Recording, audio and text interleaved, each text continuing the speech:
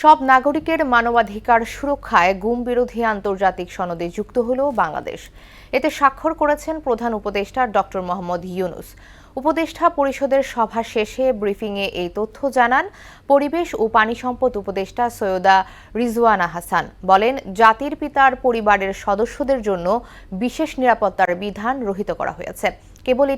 কেবল একটি পরিবারের জন্য এমন আইন বৈষম্যমূলক।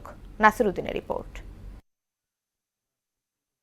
রাষ্ট্রীয় অতিথি ভবন যমুনায় উপদেষ্টা পরিষদের বৈঠক। প্রধান উপদেষ্টা ডক্টর মোহাম্মদ ইউনূসের সভাপতিত্বে অনুষ্ঠিত সভা চলে 2.5 ঘণ্টা ব্যাপী।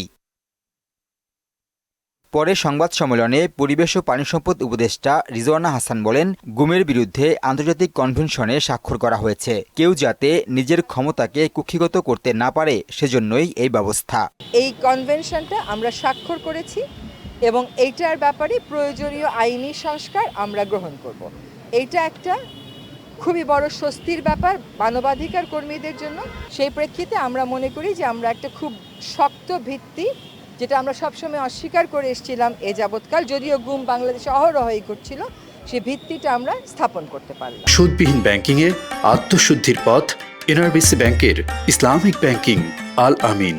সার্ক অনূর্ধ্ব 20 চ্যাম্পিয়ন হওয়া ফুটবল দলকে সংবর্ধনা দেওয়ার সিদ্ধান্ত এবং পাকিস্তানে টেস্ট জয়ী ক্রিকেট দলকে অভিনন্দন জানিয়েছে উপদেষ্টা পরিষদ। কালো টাকা সাদা করার রীতি বন্ধ, অর্থ পাচারের বিরুদ্ধে ব্যবস্থা, দ্রব্যমূল্য নিয়ন্ত্রণ এবং হজের খরচ কমিয়ে আনার বিষয়ে আলোচনা হয়েছে সভায়। এই হজের ক্ষেত্রে একটা সিন্ডিকেট আমরা দেখতে পাই, যেটা হজের প্যাকেজের মূল্য অনেকটা বাড়িয়ে তোলে। তো হজের যে খরচ, সেটা যৌক্তিকভাবে যাতে কমানো যায়, সেজন্য সংশ্লিষ্ট মন্ত্রণালয় কাজ শুরু করেছে। রাজনৈতিক দলগুলোর সাথে আলাপ আলোচনার প্রক্রিয়াটা চালু রাখবো।